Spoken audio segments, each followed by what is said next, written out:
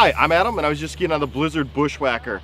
Great ski from Blizzard. This is a perfect ride for that strong intermediate skier who's kind of creeping towards expert. Somebody who really wants to ski that can set an edge and drive in the hard snow, but also have a little bit of off-trail versatility. With the shape and the construction of the ski, it makes it one of my favorite skis to ski in the bumps. Blizzard's carbon flip core, you get a lot of rigidity, you get a lot of edge grip, so it's a great ski for guys that are going to spend the most of their time back east or Midwest. People are going to be on some firm snow, but also you're going to travel to get into some soft snow now and then. Great ride.